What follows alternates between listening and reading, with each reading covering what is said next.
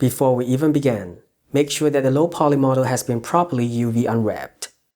If you have not already done so, all you have to do is to go to Edit Mode. Select All. Press U on the keyboard and select Smart UV Project. Click OK and you are done. Now we can actually begin. Step 1. Make sure your low poly model and its corresponding high poly version is at the same exact location. This would have easily been just a 2-step process if it's not for the fact that I recommend one extra step. Case generation.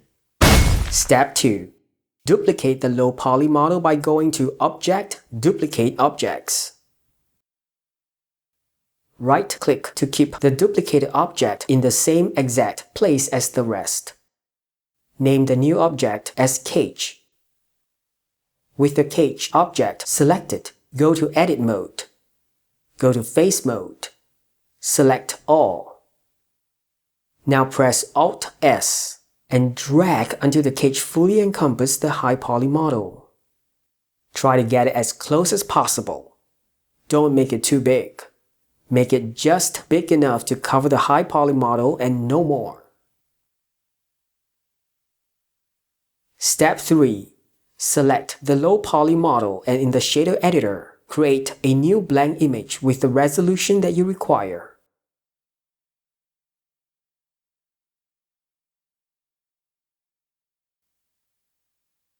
Go to the Bake section. Select the low poly model first. Then Shift-select the high poly model. Select Normal Map here. Check Selected to Active. Check Cage and select your cage model here. Make sure the blank image is selected like so. And click Bake. And you are done! You can see the generated normal map in the image editor. Remember to save it before closing Blender.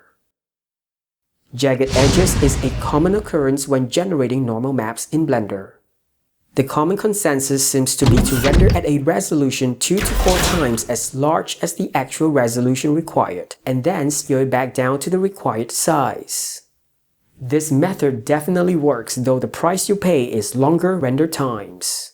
Well, to be honest, this is something I have to do all the time because jagged normal maps are just unacceptable. This is Perpetual Jack and I will see you next week.